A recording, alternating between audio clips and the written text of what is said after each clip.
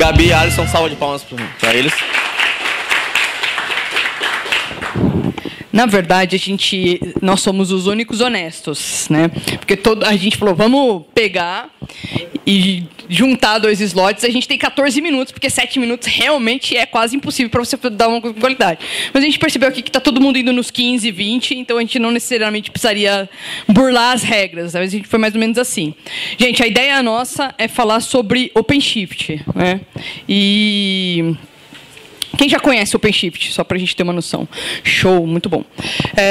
Se a gente fizer uma recapitulação, rola aí. Bom, meu nome é Gabriela, eu trabalho hoje na Mandic Rivendell, sou gerente lá de engenharia. Oi, eu sou o Alisson, trabalho na For Linux. É isso aí. A gente ainda faz uma dupla, porque eu trabalhei 12 anos na For Linux e eu estou recentemente na Rivendell. A ideia é a gente falar de OpenShift, se a gente recapitular um pouquinho. Põe um apresentar ali que fica melhor para nós. Se a gente recapitular um pouquinho, a gente começou lá com Docker e a gente viu... Pode passar, Alisson. Show. A gente viu que Docker era um negócio que explodiu em 2013. Na verdade, ele lançou em 2013 e a explosão acho que está ainda até hoje, vamos dizer assim. Mas para quem é de Linux ou torre Unix, container é um negócio que existe há muito tempo, né? Eu gosto de falar um pouco de... Às vezes as tecnologias elas surgem, mas elas não surgem no modelo ou talvez no momento que o mercado precisa daquela tecnologia. E Docker, eu acho que ele veio com uma roupagem de container. Acho que muita gente nesse universo acha que Docker surgiu em 2013, container, perdão, surgiu em 2013 e a gente viu aí pelas idades, até as timelines que os outros palestrantes que container é algo mais velho que eu, e eu só tenho 35 anos, vamos dizer assim. Mas eu costumo dizer que o Docker ele deu uma roupagem a container que fez toda a diferença, porque não só ele surgiu na época também que se está se falando de vamos tirar os monolitos, vamos pensar em microserviços e vamos componentizar melhor as nossas aplicações, o Docker ele veio nessa pegada de vamos... gerar versionamento da minha imagem, vamos usar a infra como um código, então eu tenho um Dockerfile para configurar a minha imagem, eu tenho um Docker Composer para, de repente, configurar a minha stack daquele componente ou daquela minha aplicação dentro da empresa. E ele veio muito com uma pegada de, que a Thalita falou muito bem, no meu container funciona. Então, para ambiente de desenvolvimento que vai promover até um ambiente de produção, Docker hoje realmente salva a pele aí de muita gente, né? Você consegue hoje, tem muitas empresas que você consegue hoje entrar como desenvolvedor e aí, ao invés de você ter que configurar, passar um dia configurando todo o seu notebook, você basicamente tem lá um Composer e você tem todo o seu ambiente de desenvolvimento e toda a aplicação que você vai começar a codar em questões de minutos ou segundos, né? E aí a coisa foi dando uma margem tão grande, e aí, puta, container, vamos fazer container com tudo, né? Eu assisti já um webinar lá do Hipster, do próprio pessoal da Docker, que fala assim, sempre tem aquela pergunta, né? Que o Ricardo, se eu não me engano, nem lembro agora, Docker é só para aplicação web, porque é stateless e tal. Os caras do Docker mesmo, eles falam, cara, a gente coloca Docker para tudo. Tudo que você imaginar, a gente põe no Docker. Independente se tem que ter persistência ou não tem que ter persistência, aí põe volume, não escala, não joga dentro de um Kubernetes que vai morrer e escalar, mas tudo a gente coloca no Docker.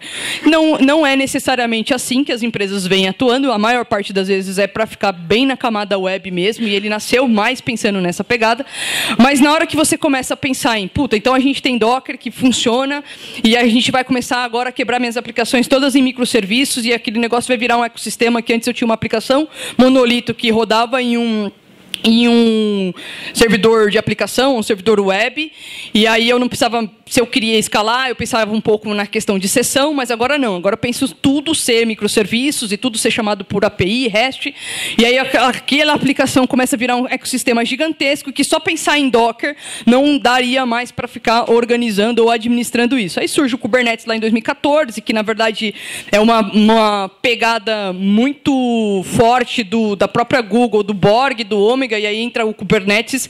E hoje, por mais que tenha o Dockswarm, a gente fala que Kubernetes é vida, né? Usem Kubernetes, não importa com o quê. Né? O COPS veio aí com um exemplo, então se a gente for ver, teve Docker, a gente viu Docker, a gente entendeu na outra palestra como que funciona, que Docker não é uma virtualização, e sim um environment, né? Uma virtualização de ambiente, onde você usa o mesmo kernel. E aí você tem o Kubernetes que vem agregar várias coisas para dentro do seu container. Uma das coisas é o cluster, o gerenciamento, a persistência das aplicações. Então, Kubernetes, quando você joga a sua aplicação que está rodando no Docker dentro de um Kubernetes, você consegue garantir que aquela aplicação sempre vai estar viva. Então, se alguma anomalia acontece na sua aplicação, o Kubernetes tem uma das responsabilidades dele, é matar aquele container, subir outro para garantir sua aplicação sempre no ar, que o Jefferson falou muito bem, que não importa o uptime, a minha ideia é que o meu serviço sempre esteja no ar. Né?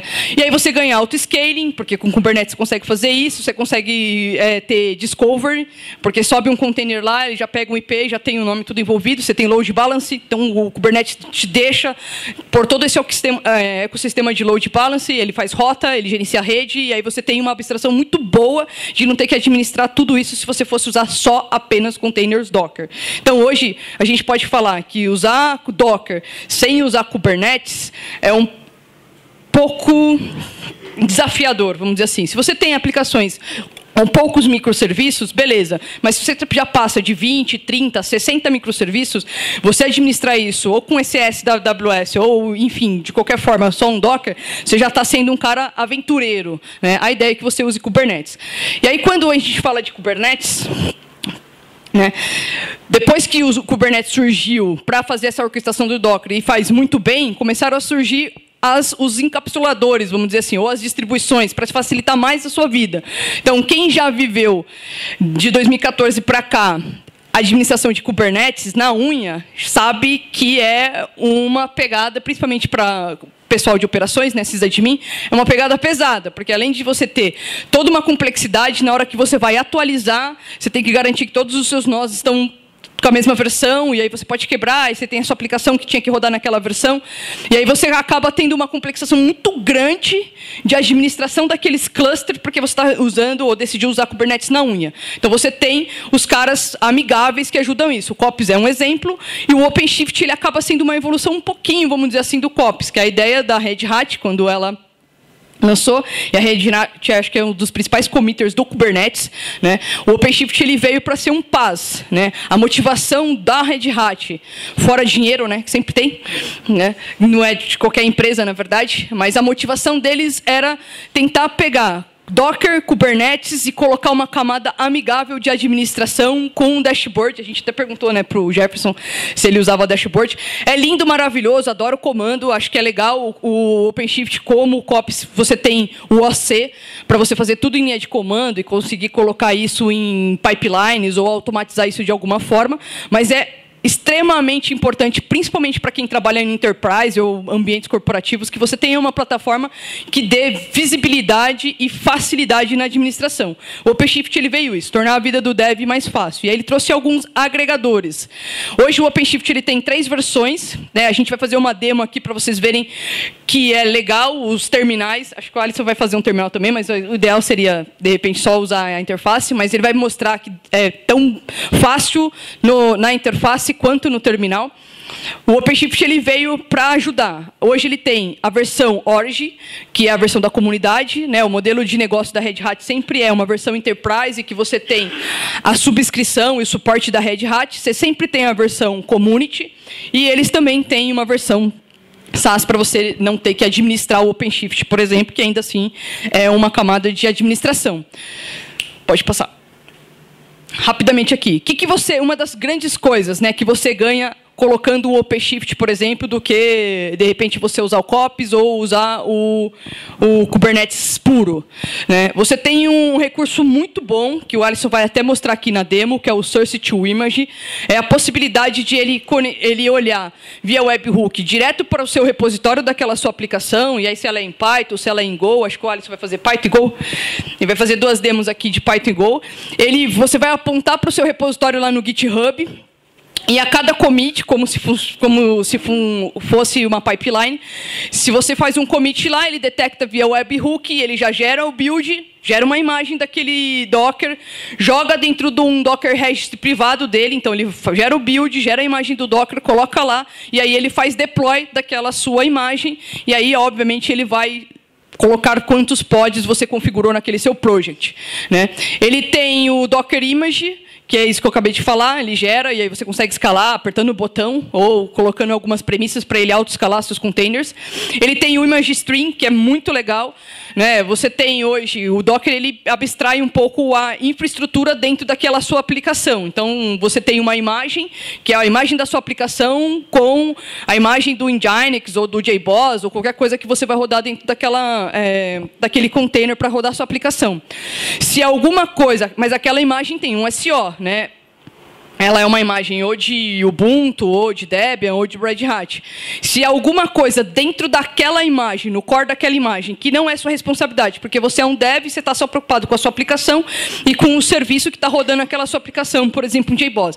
Mas se aquela imagem da Red Hat, por exemplo, tem um patch de segurança e tem uma atualização daquela imagem, ele já automaticamente faz para você uma nova imagem da sua aplicação e atualiza lá os pods que estavam rodando de forma gradativa. Então, isso é muito legal, porque você não precisa se preocupar tanto com as atualizações de sistema operacional, que para quem já vive, principalmente em empresa enterprise e banco, eu estava semana passada lá em Porto Alegre, numa instituição muito grande, a grande dificuldade deles é atualizar a patch de sistema operacional, porque para aplicação e assim por diante.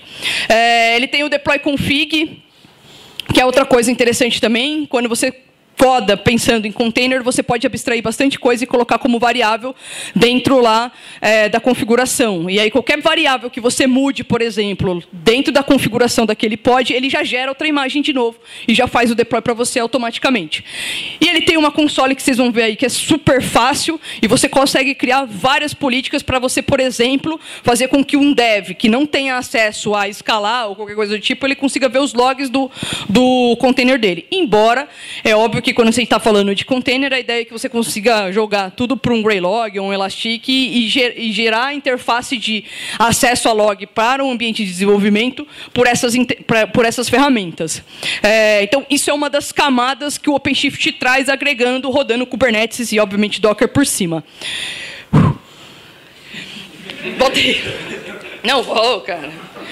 Gente, a demo que a gente vai mostrar um case de alguém usando o OpenShift um pouco mais complexo do que a gente vai mostrar na demo aqui. Mas para quem não conhece o OpenShift, você tem um cara chamado Minishift, que basicamente para quem usa Linux, você entra no site lá do Origin, do OpenShift/Minishift, ele vai te dar um download de um tar.gz, você descompacta ./Minishift, ele já sobe, emulado dentro de um VirtualBox, um OpenShift para você já poder brincar. Então, a demo que o Alisson vai fazer aqui, ele vai... As duas aplicações que ele vai usar vão estar no GitHub. Se você quiser testar e degustar um pouco desse PaaS da Red Hat, basta baixar o Minishift numa maquininha aí de 8 GB de RAM, você consegue trabalhar tranquilo. É /, ele já sobe tudo para você, te dá o URL, login, e você já pode degustar o OpenShift igual o Alisson vai fazer aqui. Tem que ter 11 minutos. Bom, falando especificamente desse case aqui, é um cliente nosso que a gente implementou no ano passado, utilizando o OpenShift, a versão Origin mesmo. E aí, quando a gente vai para o mundo corporativo, existe um negócio que não dá para a gente fugir, chamado governança, né? Que é quem vai acessar o quê dentro de um determinado lugar, né? Então, em todo esse esquema aqui, a gente fez um fluxo, tudo isso aqui dentro do OpenShift, né, onde eu tenho, dentro da infraestrutura, um ambiente chamado Preview, que é o de desenvolvimento, onde os desenvolvedores vão lá, vão comitando, pode quebrar coisa e voltar, né? E aí, uma vez que tudo passou ali no Preview, né, eles têm uma versão já estável, eles mandam para a qualidade, que é um outro namespace do Kubernetes, ou um project do OpenShift. Eles têm nomenclaturas diferentes, mas é a mesma coisa. O pessoal de qualidade vai, testa lá na mão, nesse ambiente staging, e aí, uma vez que a qualidade testou, funcionou, eles fazem o deploy para um outro project, né, um outro namespace separado, aonde eles fazem 2 simultâneos aqui, na verdade. O sandbox, que usa uma base lá para o desenvolvedor poder ir lá destruir, e o outro que é o produção, onde efetivamente os clientes usam lá para fazer a declaração dos boletos deles lá no caso. Né? Mas daqui é só um dos cases, né? A gente tem vários outros, tem OpenShift em banco, na própria ForLinux a gente usa também. Eu vou mostrar aqui como que a gente faz esses deploys dentro do OpenShift. Bom, esse aqui é o console dele, é bem tranquilo ali de se usar. Aqui do lado a gente tem os projects, e aqui eu tenho um catálogo, onde cada botãozinho desse é o que a gente chama de template. Então, por exemplo, eu vou criar um project chamado setMasters.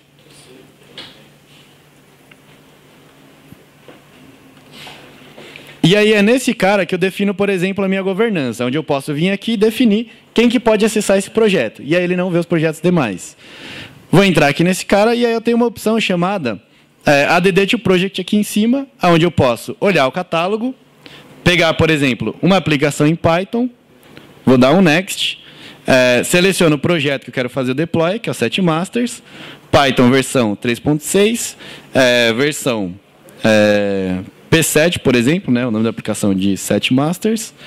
Venho aqui no meu GitHub, pego a URL aqui do meu repositório, colo ela aqui, e aí eu tenho o Advanced, que eu vou clicar, porque eu tenho que definir, por exemplo, a branch que eu quero fazer o deploy dessa aplicação, a chave se eu quisesse usar, né, se fosse um repositório privado, e aí eu vou criar um DNS aqui chamado python.forlinux.com.br. Beleza? Está aqui do lado, já aberto, né, mas não está funcionando a aplicação. Venho aqui no final e dou um create. E aí, beleza, ele começou a fazer o deploy, venho aqui no overview, já começou a aparecer, e aqui do lado ele aparece um negócio chamado